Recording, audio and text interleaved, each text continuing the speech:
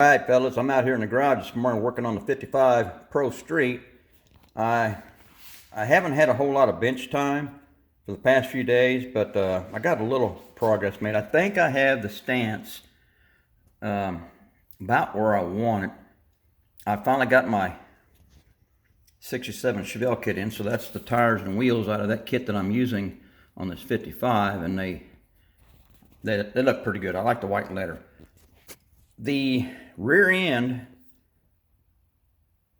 the differential itself was the width was not wide enough, because once I got that chassis all lined up and where I wanted it, the tires set too far in away from the fenders, and I didn't like that. I like them up snug about where they're at right there.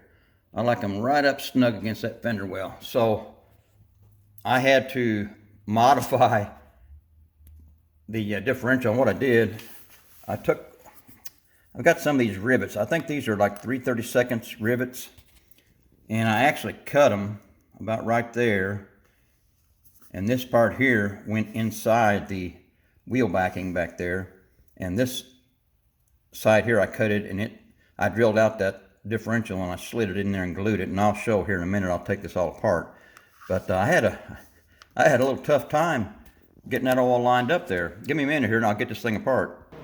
All right, here's what I've got for the rear end. Like I said, I used some of these rivets, and you can see what I did, how I cut them. I drilled out the differential on both sides and then cut this to the length that I wanted, and filed this section down here where it would actually fit inside the back side of the wheel there. And I don't know, it worked out pretty good, I guess. It gave me the width that I wanted to get push those tires, those big old tires, out to the fender wells. So it worked out pretty good for me. The chassis, excuse me, I had to cut. Now I was on Fred Henry's site, Pappy's site, and I kind of followed along on his video on what he did. So this is all Fred Henry's idea, not mine. I'm just following someone else's great idea. I cut the fender wells all flush with the frame all the way around, you can see. And then back here, these rear fender wells, I had to shave down the sides a little bit to get it to slide up in to the body up there.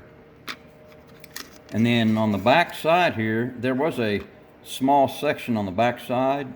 I had to cut that off and sand that all flat. And then you can see the pieces here that I added onto the sides of the chassis.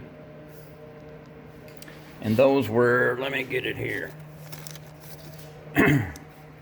Those were the 177. There's the size of it.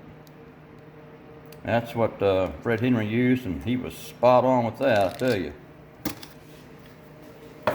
So I got all that done. Everything seemed to fit fine. This fits right up underneath that front of the body there, really nicely. Everything seemed to be working out just fine. I haven't got the front suspension. I've got it all laid out here, cleaned up. I haven't got it set yet. There's two different ride heights, and I'm gonna initially set it to the lowest and see how that looks. If I need to go lower, I'll have to do something else, but I think it's gonna work out okay. But I think it's coming along pretty good for what little time I've had, bench time I've had on it. I'm really glad that differential came out okay. I was kind of worried about that, but once I haven't got it, I've just got it glued together this morning. So once I get this cleaned up a little bit better, and it'll look all right. It looks pretty good already, but it's going to work just fine.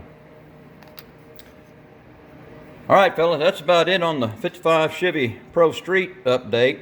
I don't know if I'm going to get back on it tomorrow or not. Spring is trying to break through here. I need to get some work done outside, but I'll post some more updates once I get a little more work done on this. All right, I'm done.